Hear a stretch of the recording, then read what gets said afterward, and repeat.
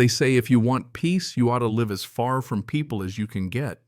But nobody ever tells you what happens when trouble decides to drive out to meet you anyway. My family's been out here on 100 acres of Carolina farmland for 130 years. Hawks land minding our own business since Grover Cleveland was in office. You'd think out here where the air's sweet and the soybeans stretch out forever, the worst you'd ever get in your mailbox is a Tractor Supply catalog. Yeah, you'd think. But one morning I found a cream-colored envelope with a pine cone logo and a $100 $1,000 HOA fine for a barn I built with my own two hands. That's how it started.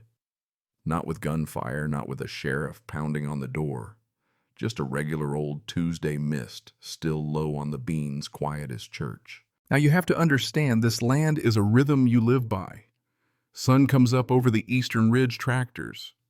Hum in the north field. Cicadas raise hell every summer, and in winter, frost clings silver to the barn roof. My life's been simple. I lease some acres out, got a beekeeper working the edge, brings honey every month, rain or shine. I fix things for the neighbors.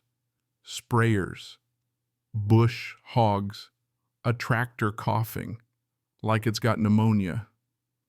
I always figured if trouble ever came, it'd look like a drought or maybe a storm, not a fine printed on heavy paper talking about architectural nonconformity and community design standards. Yeah, that happened. Now here's the first kicker, I'm not in their HOA. Never wanted to be. My land isn't connected, not even a driveway in common. Only thing between us is a wall of pines thick enough to lose a marching band. So I do what anyone would call the number leave a message, tell them Hawks land's been around since folks plowed with mules and sign off polite as you please. Appreciate your time. Figured that'd be the end of it. Let me back up a sec. That barn meant more to me than anyone could guess. Took me years to save every bit from side jobs, every stubborn repair, every hay baler I brought back from the dead. My father called it barn money, said every farmer needs a dream project. Finally did it last fall, called a good man from Elizabethtown, told him I wanted steel, something that'd outlast me. We built it slow and solid, thick concrete insulation, high roof for my old case tractor. The day the roof went on, I felt like I'd built something just for me for the first time in ages. Checked the property line myself, not once but a dozen times, then called Todd, my surveyor buddy. Drone GPS the works. He joked about HOAs getting twitchy over barns, and we both laughed like fools before a thunderstorm. 3 weeks later, here comes that envelope telling me I'm in violation for putting up a barn 400 feet inside my own line. You know what I mean? There's dumb and then there's whatever this was. So I stand there looking at the barn, feeling this slow, heavy anger building up. Not the yelling kind, the kind that just sits in your chest and doesn't budge. And I say out loud to nobody but the hawk on the fence post over my dead body. Because this barn isn't a garden shed or a plastic flamingo. It's my work, my livelihood, my legacy. And I'm not about to let anybody with a clipboard tell me otherwise. I call them again. Still get a voicemail. Then, not 2 hours later, a black Lexus rolls up my drive, shiny as a beetle. Out steps a woman in heels on my dirt, no less, and two fellas in HOA polos. She's got that look like she's never heard the word no. Karen Willoughby, president of Pinewood Summit HOA. Clipboard clutched like a badge. Her guy with a measuring wheel, probably never used one off pavement. I ask, "You delivered that letter?" She says yes, and tells me my barn might be inside their extended architectural review zone. I explain slowly that my family's owned this land since her zone was still deer trails. She doesn't flinch, tells her guy to start measuring.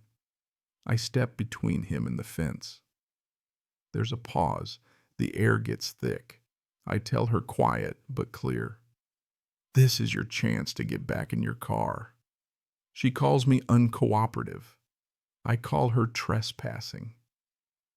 We stare each other down, pine trees swaying like the world's waiting to see who moves first. She says I've got 14 days, gets in her Lexus and drives off dust swirling.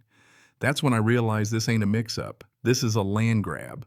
That night, I pull out every deed plat tax record survey my family's kept since forever. Didn't sleep much, not from fear, just turning that encounter over and over. Next day, a kid in a Pinewood polo, couldn't have been more than 20, shoves another envelope at me and sprints off like I might bite. This one's glossier, heavier, embossed logo, bigger fine. Now they're threatening lien seizures, daily penalties, even for not going to a meeting I was never part of. The last paragraph, potential enforcement mechanisms, makes something snap cold inside me. So I call Ron, my lawyer. He listens, doesn't interrupt. Brandon, this isn't HOA stupidity. This is calculated. He tells me not to talk to Karen unless it's through him. Tells me to get a new survey. Todd comes out early as always, already on his second thermos of coffee. We walk the line. Everything matches the records. And right then, the Lexus shows up again, Karen in tow, her clipboard, her sunglasses, another polo guy. She threatens injunctions if we keep surveying. Todd tells her unless she's got a court order, this land's got nothing to do with her subdivision. She's shaken. I see it just a flicker, then storms off.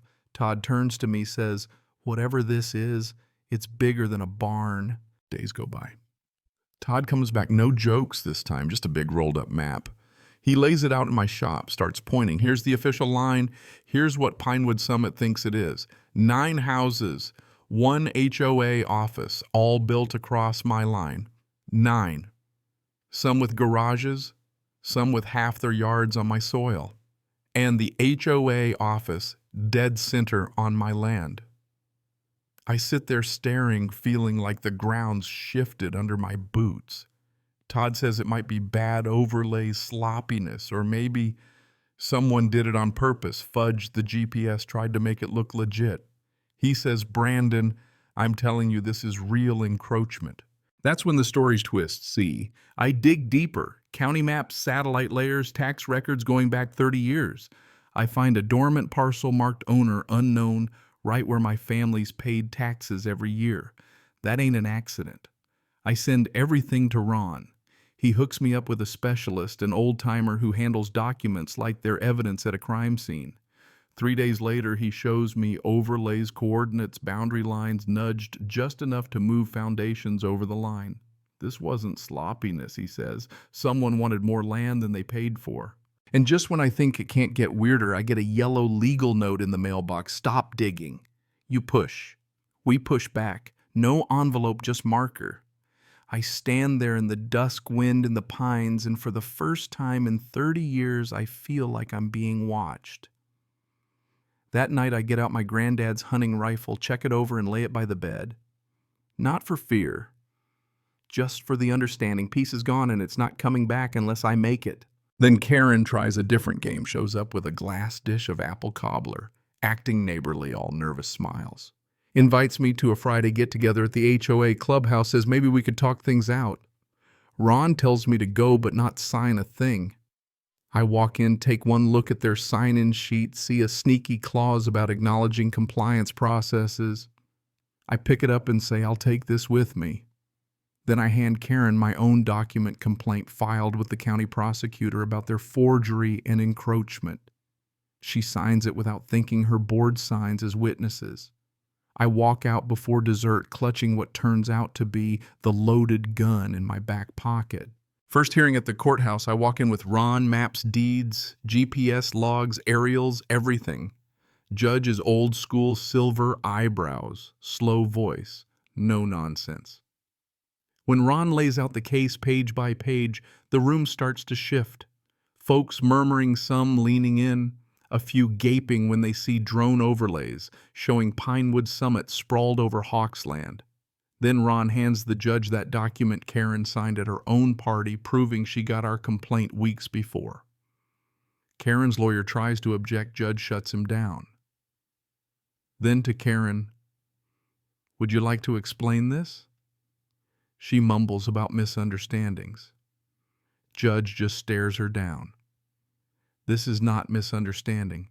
This is malpractice, and it is trespass at the most fundamental level. He asks if I want restitution. Yes, Your Honor, court's mind is made up. But it ain't over yet. Zoning officials get called in, one admits ignorance, another gets caught on record altering plats after hours. He's escorted out by deputies. Judge halts all development rules. Everything in the disputed zone has to be removed. Next morning before sunrise, diesel engines rumble up my drive. Excavators dump trucks, county officials, even the sheriff. A crowd gathers, some folks with lawn chairs just to watch the empire fall. Sheriff nods at me, asks if I'm ready. Been ready a long damn time. The operator asks what I want gone first. Start with the office. Crowd murmurs a few cheers. Karen comes running, heels digging into gravel, screaming that it's illegal. Sheriff just points to the court order. She tries to rally, but nobody's listening, not even the houses. The excavator smashes the office glass, flying vinyl peeling like wet paper. House after house goes down, 9 in all. By mid-afternoon, it's all debris. Karen screaming, threatening, finally sobbing. Then the sheriff tells her she's being arrested, fraud, forgery, interference with land records. She tries to run, makes it about 5 steps before they cuff her. Crowd falls silent. It's not triumph, not gloating, just relief. That night lands quiet again. 9 houses gone, 1 office erased, just scars left behind. Next morning, I don't celebrate. Just walk the fields, boots in the dirt, coffee in hand. For the first time in months, no beige rooftops, no sidewalks, just open land. I rent a loader, level it myself, plant apple trees. My father used to say, "You plant a tree, you're making a promise to see it through." I build a gate weld, our family crest, 2 branches, a hawk in flight, and hang the judge's ruling beside it. Kids from Pinewood Summit bike down to see the gate eyes big, asking if it's all real. I tell them every word. One says, "My mom said you were mean, but maybe they weren't right." I tell him adults mess things up. Kids are the ones who notice first. He asks what I'll do with the land. I look out, apple trees swaying, sun setting over empty field. I'm going to let it grow. Let it be what it was meant to be. He nods. Looks better this way. I agree. As he pedals away, for the first time since that damn envelope, I feel peace. Not the fragile kind that breaks easy, but the peace you earn when you stand your ground. The kind you can only get by holding on to the truth all the way down to the last inch. That's my story. My question is, what would you have done if it was your land? Is justice always this messy, or is it worth every scar? Let me know down in the comments, and if you've ever stood up for something that was yours, I want to hear it.